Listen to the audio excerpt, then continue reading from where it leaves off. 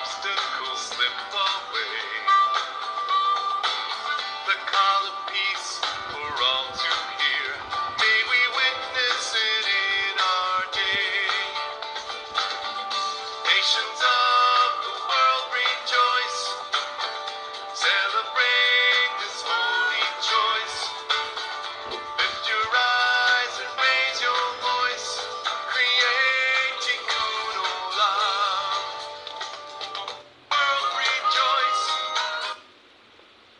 Shalom Aleichem. Magandang araw sa lahat. And welcome sa ating session 28 ng Sha'ar Habitakon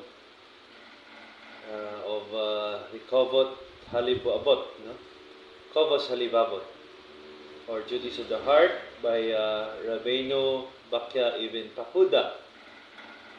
And this is from the teachings of our Rabbi Michael Skobach, and to be presented by yours truly, Nagid of B'nai Noah Congregation Philippines and Noahide Nations. Pero bago natin simulan, as we do each week, we first dedicate the sikot or the merit ng ating pag-aaral sa pagaling ng mga may sakit, no? May mga karamdaman. Kung sino man ang ating mga kilala, ating tandaan ang kanilang mga pangalan habang tayo ay nag-aaral ng Torah study na ito. And especially to my son, Aljones Moshe Benoak, Hashem should heal him quick. And to ourselves, we always ask Hashem for help para tayo ay tulungan niya at maintindihan natin ang ating pinag-aaral sa Am Israel, sa Eretz Israel. Naway sila ay magtagumpay sa kanilang pakikibaka, no? Against terrorism and those who wish to destroy the entire land and the entire nation of Israel. So naway sila ay malipol at magtagumpay ang kabutihan laban sa kasamaan. At ang ating mundo ay kakaroon ng ultimate peace, ultimate shalom. So, last week we began discussing about the second of the 7 aspects of life, no? Of how bitakon applies. That is in our livelihood, sa ating mga hanapbuhay. So, paano daw natin ito ma-apply ang bitakon, no? In our livelihood, sa ating pinagkitaan, no? And the first principle that Rabbi Bakya teaches is that we are not allowed to do nothing and just wait for Hashem to deliver the money to us.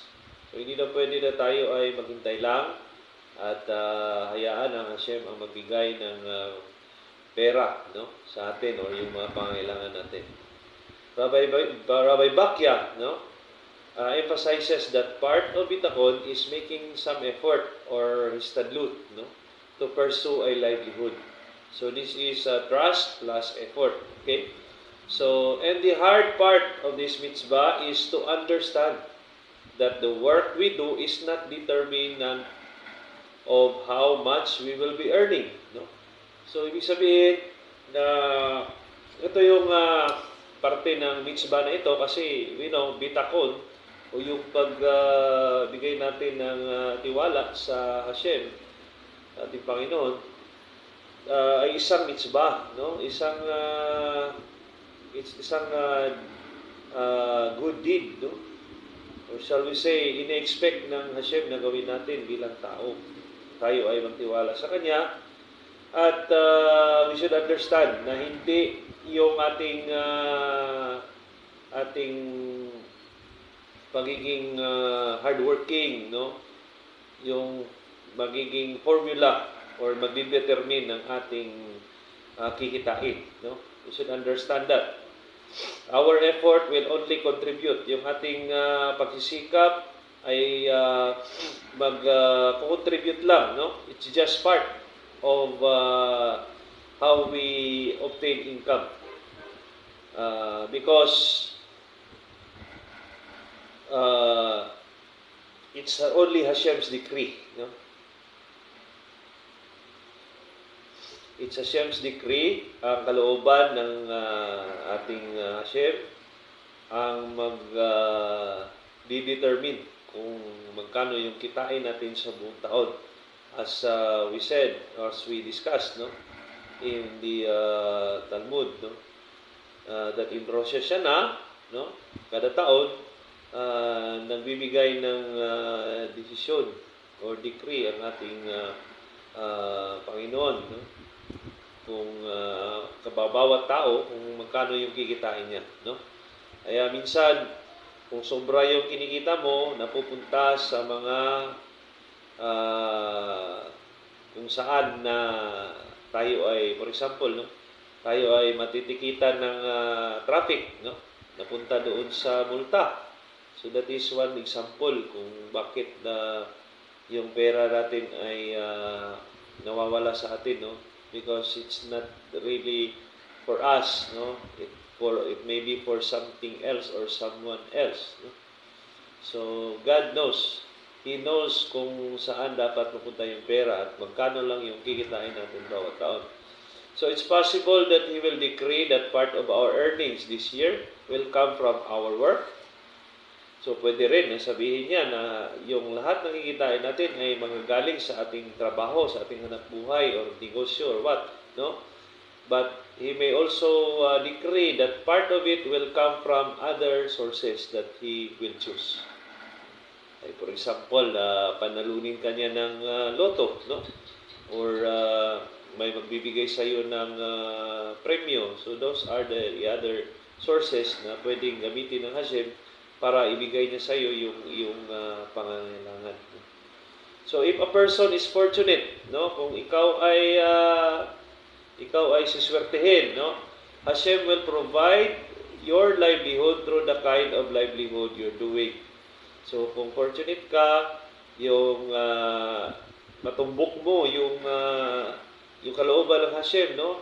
So kung ano yung pinili mo na hanap buhay or negosyo, doon mo kukunin yung kikitain mo. That is actually a fortunate situation, an ideal situation for every person.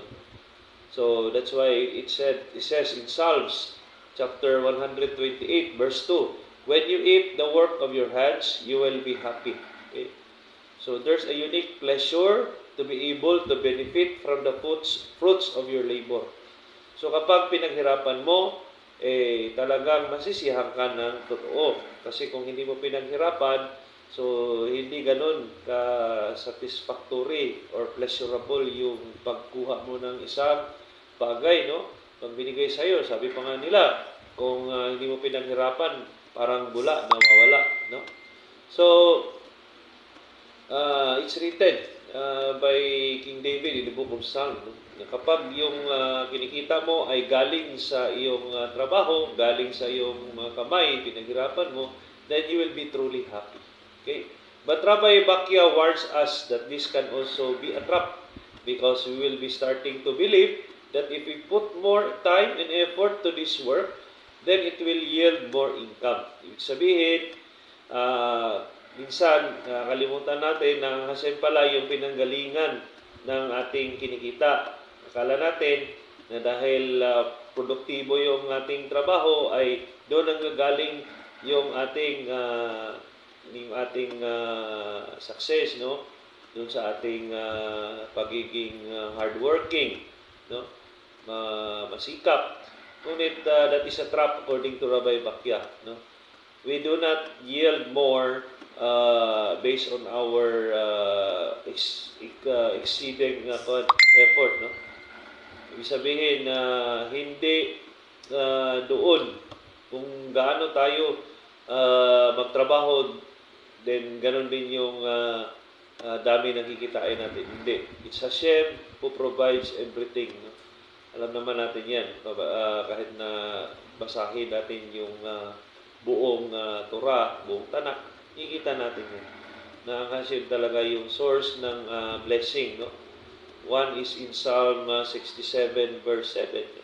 He is the source of blessing. So lahat ng ating kinikita, galing yan sa Kanya. So, meron ng iba, no, na gaano nilang pagsisikap, gaano nilang diskarte, hindi pa rin na sila nagtatagumpay, no?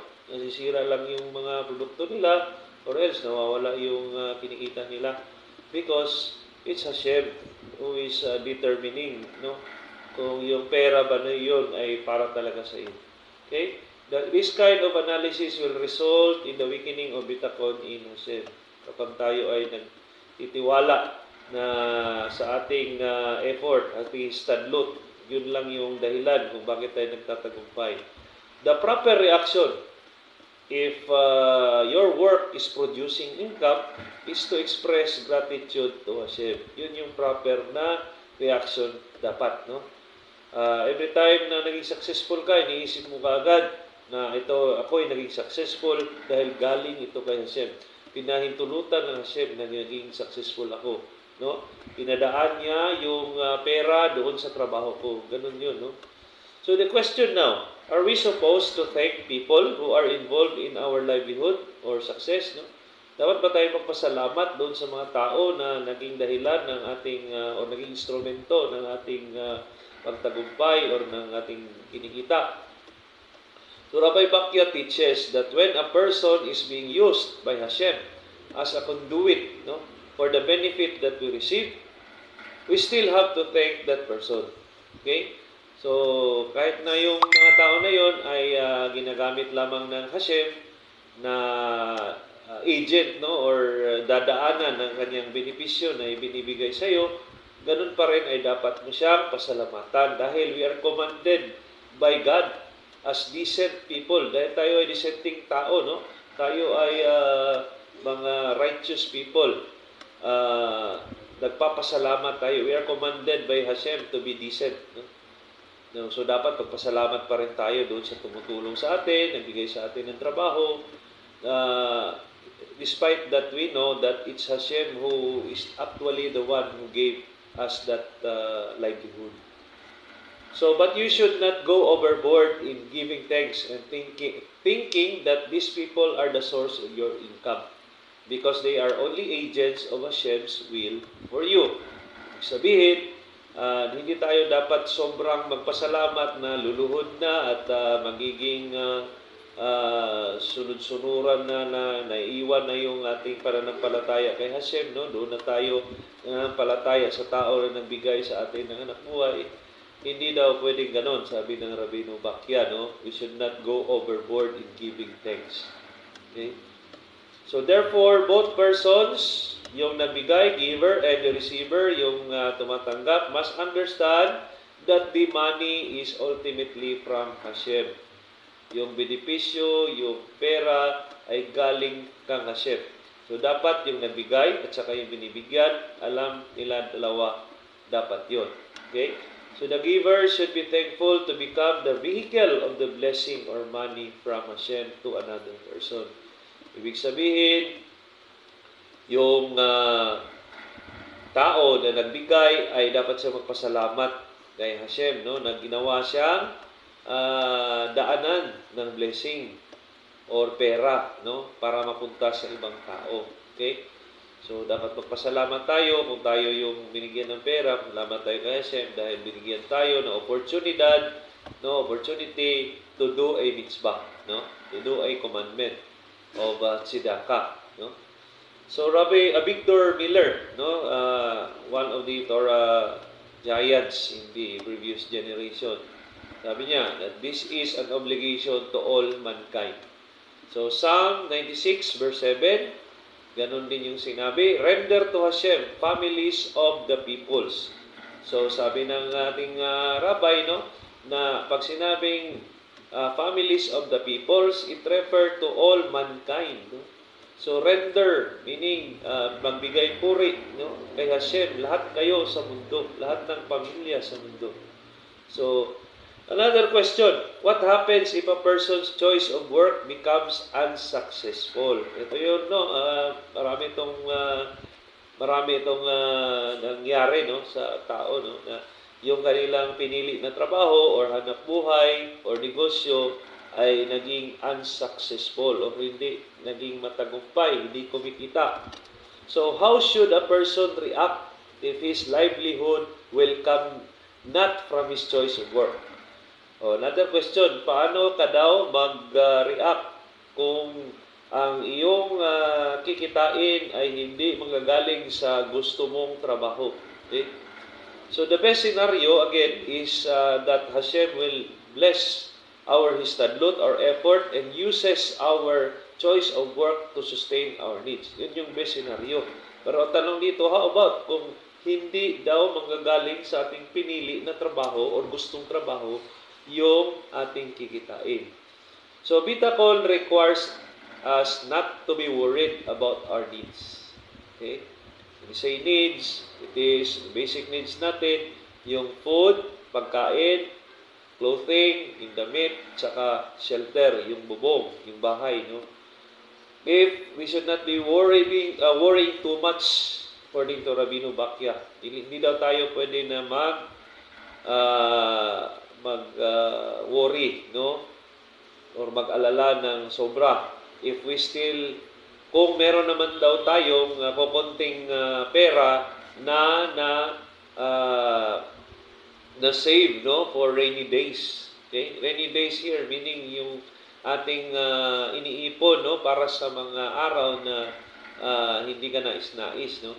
Yung kasi yung metaphor doon, no, yung rainy days, yung mga araw kung saan tayo medyo may kahirapan, no, ang buhay. So, it's given to you by Hashem to be used for your needs. So, pati yung pag-iipon natin, yung Hashem pa rin yung nagbibigay sa atin ng guidance, no? Na mag-ipon tayo para sa susunod na mga araw na hindi maging kanais-nais. So, yun pa rin ay part ng Hashem na ginaguide tayo. So, nararapat lamang natin na gamitin yun. Hindi lang mag-ipon according to our teachers, no? Hindi lang daw mag-ipon ng mag-ipon. Dahil ang pera naman ay hindi natin madadala sa kabilang buhay. Okay? So, may iwan yan. So, we should be able to manage our money properly because we are tasked by Hashem to become managers of the blessings na binigay niya. Also, you might have things in your possession that is no longer useful to you and you need to dispose or sell it so that you will have money to be used for your needs. Gusto ipahiwatig sa atin ng Rabino Bakya, no, na hindi tayo dapat mag-worry kasi baka nandyan lang yung pera na kakailanganin natin, no. Meron tayong mga bagay na pinagmamay-arian natin na pwede naman natin palang ibenta, no, at ito ay pwedeng gamitin para sa ating pangangailangan sa time na wala talaga tayong agad na pera, no. So, Rabino Bakya emphasizes that even your chosen avenue of histadlut is unsuccessful, you'll still be obligated to continue it, no? Kahit na yung pinili mong trabaho or pinagkikitaan ay hindi nagtatagumpay o kumikita, you are still obligated na ipagpatuloy yun, provided, no? Ito yung condition, that it was chosen based on the conditions that we've studied in the previous session, no? Provided daw na yung trabaho or hanap buhay o pinagkakitaan na yun ay alinsunod sa mga kondisyon ito, no? Number 1, if that work is appropriate to your personal nature. Ibig sabihin, ito ba'y angkop sa iyong karakter o pagkatao? No? Alam mo yung sarili mo, kilala mo yung sarili mo.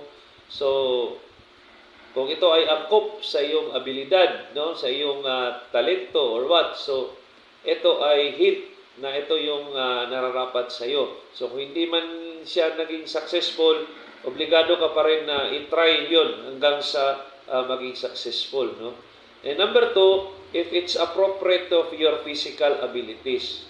So, na-explain natin in the previous session ng chapter 4 of the Gate of Trust na yung physical abilities, kung ikaw ay medyo mahina ang katawan at malakas yung isip, doon ka sa mga trabaho na nagre-require ng kalakasan ng isip.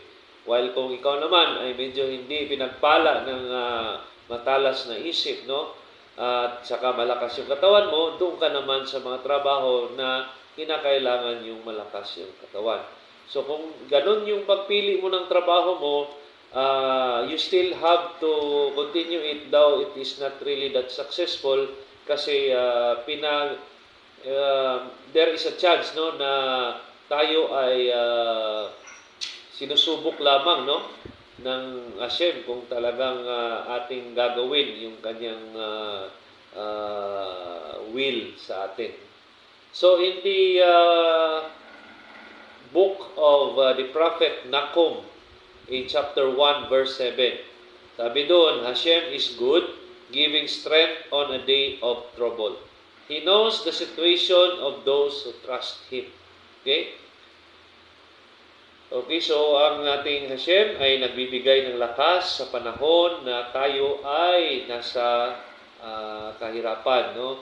He knows the situation of those who trust Him. Alam niya yung sitwasyon sa mga taong nagmamahal at nagtitiwala sa Kanya. So we must realize that He oversees us, and by trusting Him during times of trouble, we obtain merit, no? So yun yung sabi natin, no, na we are just being tested by Hashem. We need to put our trust in Him, because trusting in Him during the time of trouble is doing a mitzvah. And when we do mitzvah, we obtain a merit, and that adds to our spiritual account, which will be used sa time na tayo ay kailangang iligtas. Okay? So, and that merit will also give us relief in times of crisis. No? Yun yung nagpapakalma sa ating isip, sa ating sarili during the time na tayo ay na-encounter ng mga crisis sa buhay. So, that is the second topic, no? The second of the 7 avenues of life, areas of life that bitakon or trust in God is relevant. Now we move to the third area, which is when it comes to our health, no? Yung pagtitiwala natin sa Hashem sa panahon sa ating sa aspeto ng kalusugan, no? So Rabbi Bakya begins by saying that the same principle applies in this area as with the first two areas in life, no? Yung naunang dalawa, no? Ganun pa rin yung prinsipyo. We have to do effort in maintaining our health. If we have to do effort or istadlut in the aspect of our well-being and in our livelihood, the first and the second areas, so we have also to do effort in maintaining our health. As Maimonides or the Rambam, no, Rabbi Moshe ben Maimon, said that most disease or illness comes as a result of poor diet, no? He has this in the Hilkot Deyot, no? In the laws, laws of the Torah, no? The Mishneh Torah, no? So the Rambam, ito ay nakikita, sinulat niya ito bilang gabay sa atin, no? So proper eating and nutrition is included in our effort. Okay? So pag sinabing istadlot, effort, so para ma-maintain natin yung ating katawan, so we should have proper nutrition and we eat nutritious food. Also included here is getting enough sleep daily, no? Yung tamang tulog at saka ehersisyo. Okay? When a person is sick, he has to seek medical help. Hindi pwede na hindi ka sumangguni sa doktor, no? O manggagamot. But it should be the normally accepted treatment, no? Hindi yung sobra-sobrang treatment, no? Because it's only Hashem who really heals. Okay? He will be using the doctors, our medical or medicines, no? But it's always Hashem who is behind those treatment. So we find this in Exodus chapter 21 verse 19. Sabi doon, if he gets up, referring to the injured person, the one who strikes him will be absolved only with the lost time. And he, the striker, kanina, yung nag-get up, yun yung nasugatan, no? Ito naman, and he, the striker, yun naman, attacker, yung aggressor, no? Shall provide for his healing, no? So, meaning to say, yung naminsala, siya yung magbabayad sa kanyang pagpapagamot. Okay? So, but even though we are required to seek medical help, we should never rely on the doctor or medication. Hindi pwede na doon tayo naka-depend, no? Lamang sa doktor at saka sa medication o sa mga medisina. We should not think that the doctor or medicine can provide any real help or treatment of illness unless it is the will of Hashem for them to recover. So, ganun, no? So, it is always the will of Hashem for them to recover. Hindi yung doktor or medicine, no? Kasi ang daming magagaling na doktor, pero hindi naman nila nabubuhay yung talagang nakadecree na talaga kay Hashem na mamatay, no? So he uses the doctor or medicine only as an agent to provide a person with healing. So these things have no independent power to heal. Walang independenteng kapangyarihan ang doktor o ang medisina para manggamot. We are required to think that our health is entirely dependent upon the will of Hashem. No? We have to realize that guarding our health by doing preventive measures and avoiding health hazards is a mitzvah because Hashem expects each person to take care of his body. Okay? Kaya nga, kung hindi mo pabayaan mo yung sarili mo, sabi doon sa previous session natin, it's equivalent to suicide or murder. No? So, dapat yung effort natin na bantayan yung ating kalusugan na pamamagitan ng paggawa ng mga bagay na maiwasan yung sakit, no? So, that is a mitzvah, no? Again, that is a very important thing expected by God from a person, which is to take care of his earthly body. Okay? Kasi yun yung sasakyan mo yung katawan mo.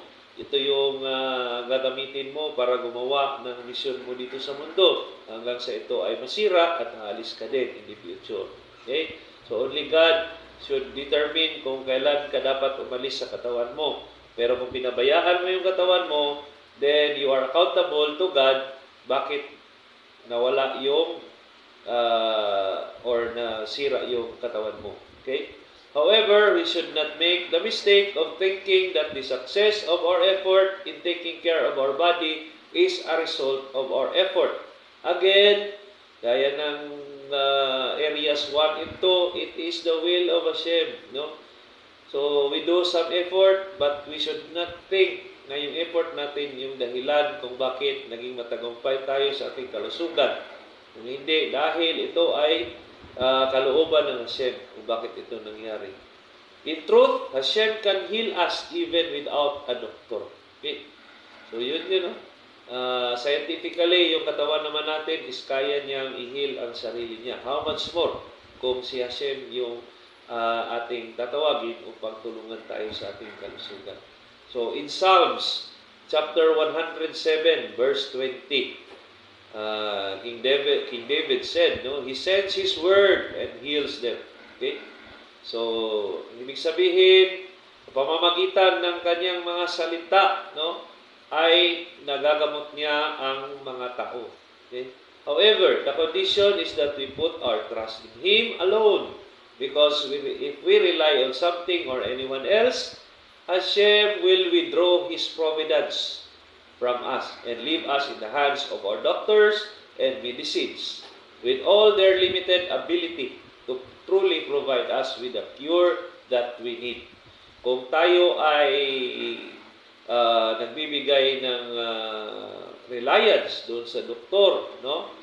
At hindi sa Hashem, ay pababayaan niya tayo doon sa kamay ng doktor at sa mga medisina kung saan yung kanilang abilidad ay limitado lamang. Okay?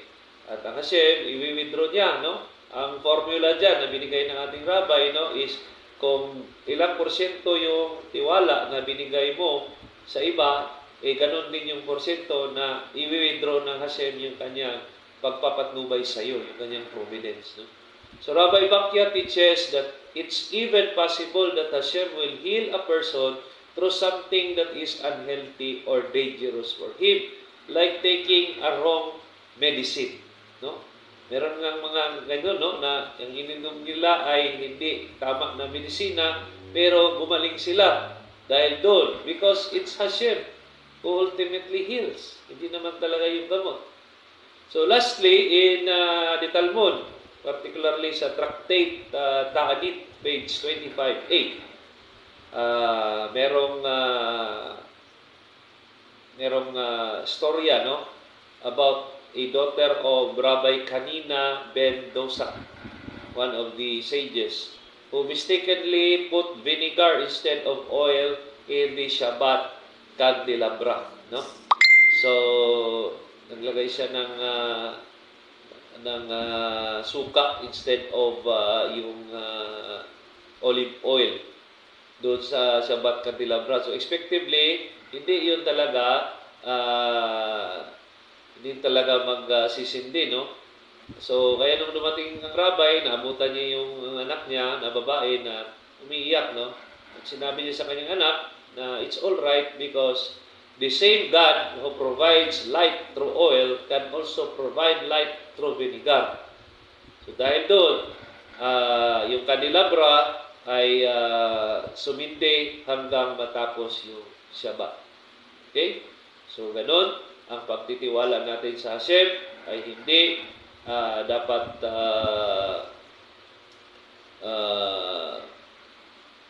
what you call this? It should not be set aside. It should not be doubted,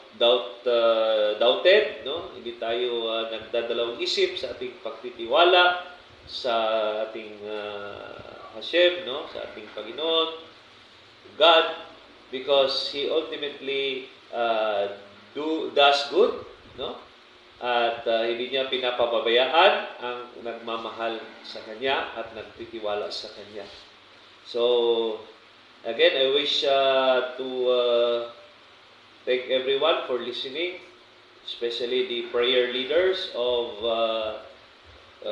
Binay Noak, Philippines, kay Senior Prayer Leader Marvin Domingo, prayer leaders Marcelito Tigyab, PL Roderick Traya, PL Rolly Ipit, prayer leader Jeril Villena, and all the others, no, in the entire Philippines, no, who are Binay Noak. I wish you all success in our belief in the one and true God, the Elohim of Abraham, Isaac, and Jacob, the God of Israel. May He be blessed and be praised upon by the entire world. And may the Mashiach come soon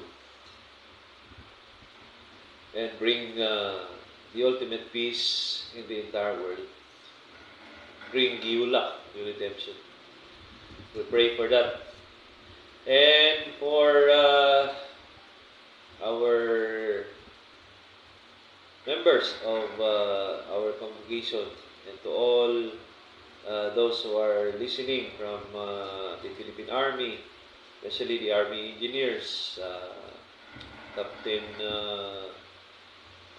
Irving Melek Lakino, Lieutenant